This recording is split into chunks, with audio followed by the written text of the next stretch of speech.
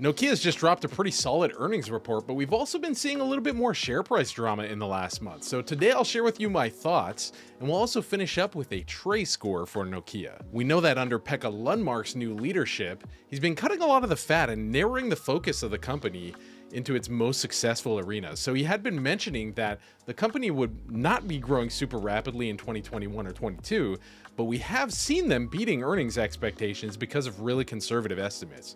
This quarter we did see strong sales growth and free cash flow growth, but we are expecting comparable operating margins to expand further in the coming quarters as a result of a lot of these changes, up to about 10 to 13%. A couple of months back, they did revise their expectations upward after doing better than they thought they would in the last couple of quarters. Here's a breakdown showing the full year 2021 expectations alongside the long-term expectation for 2023, where they mentioned they're hoping to grow faster than the overall market with strong cash flows too. Now, before looking into future expectations and valuations, let's take a deeper look at last quarter's results.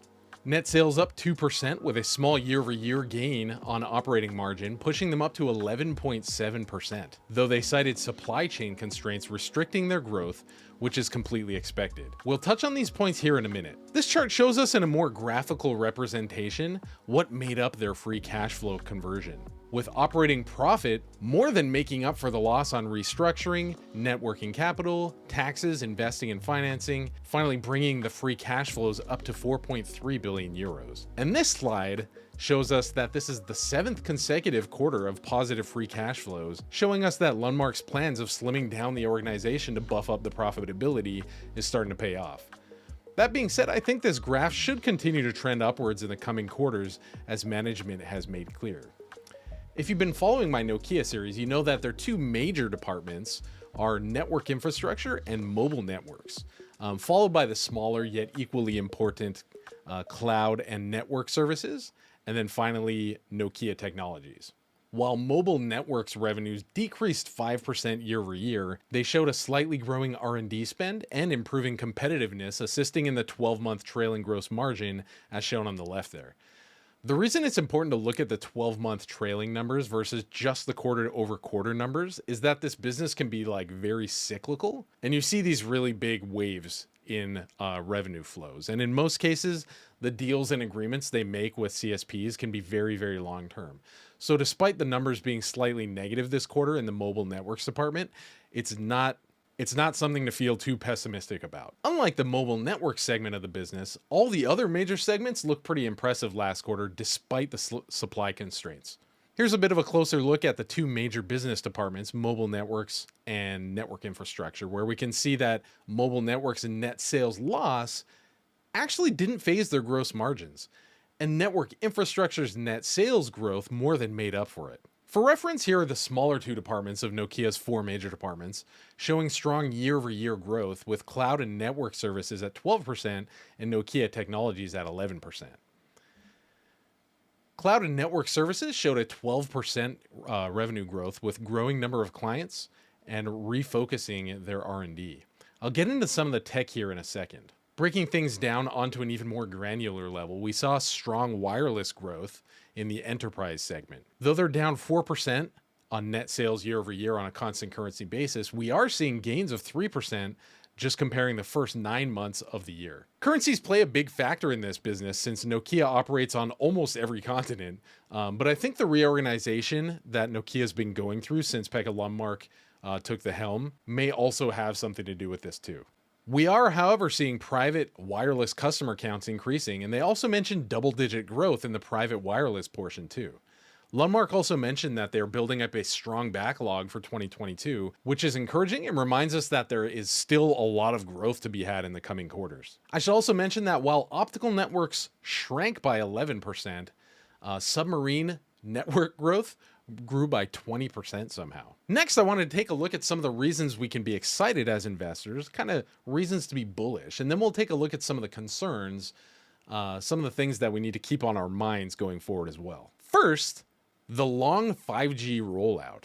Though previous generations of wireless network rollouts haven't taken quite as long as the 5G rollout is expected to take, 5G is still sparse in a large percentage of overall network coverage around the world, especially outside of the major metropolitan areas. So these major network rollouts are expected to continue into the late 2020s, and all the major CSPs will need to continue crunching on this if they want to keep up. Nokia's already locked in many long-term agreements guaranteeing long-term revenues, and that's one of the major appeals of investing in this industry. Next, Lundmark highlighted the FP5 IP routing silicon, where he mentioned tremendous benefits and the rollout starting in the first half of next year.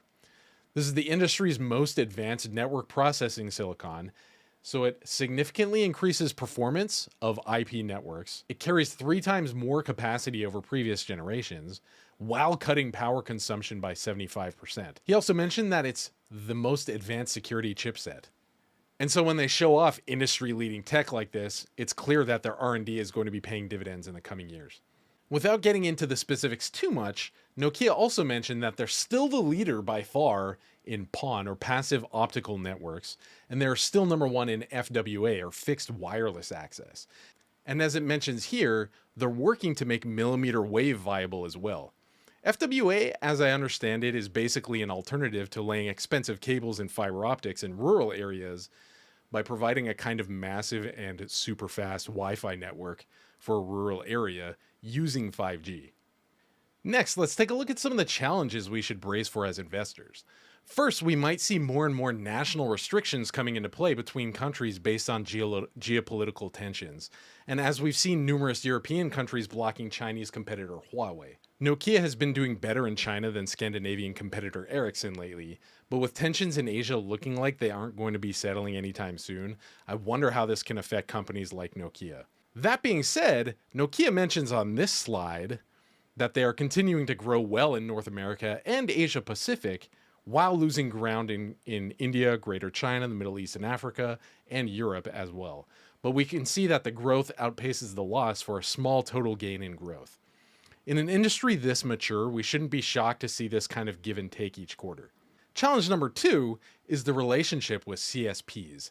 CSPs, or communications service providers like T-Mobile, Sprint, or SoftBank, those kinds of big companies that provide your wireless network, still hold a lot of sway over equipment manufacturers like Nokia, Huawei, Samsung, Cisco. And when it comes down to it, these kinds of companies only have a few different potential customers they can sell to. And those customers can be really aggressive when it comes to negotiations. So those are some concerns to keep in mind. Next, let's take a look at the financials. I did mention earlier that there is strong free cash flow, but let's take a bit of a deeper look. Here is the income statement, and we do need to keep in mind the vulnerability to currency changes. But more importantly, we need to remember that Nokia and this industry in general tend to have a cyclical nature. So looking quarter to quarter isn't necessarily the most helpful, but a quick look at financial statements is a good habit to have. While revenues are up, the most exciting part of the income statement is seeing the gross profit up each quarter consecutively. This is showing us that Pekka's plans to grow profitably while continuing to boost R&D spend is paying off. And speaking of R&D, we can see that it is up slightly in the last couple of quarters here, which in Nokia's business is probably a great thing, and the reason we see that they're the leader in things like passive optical networks and fixed wireless access. R&D is also the main reason their Nokia Technology segment, which deals with licensing out their patents, continues to pull in super high margins of like high 70% quarter after quarter. The balance sheet isn't showing us anything tremendously encouraging or terrifying, so we can skip over that for now and jump over to the cash flow statement, where, while keeping in mind the seasonality of the business, we see things generally trending in the right direction. Management is pleased with how this is going, and so am I. Scrolling down on the cash flow statement, I did want to note that Nokia has massively boosted their investment in marketable securities, as we can see down toward the bottom here. I'm not sure what that's about, but it looks like they're going hard after something.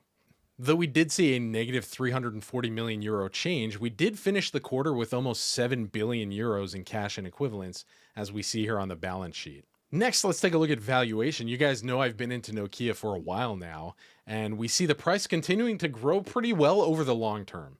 I think for these current results, we're at a much more fair valuation than we were at $3 or $4 in months past.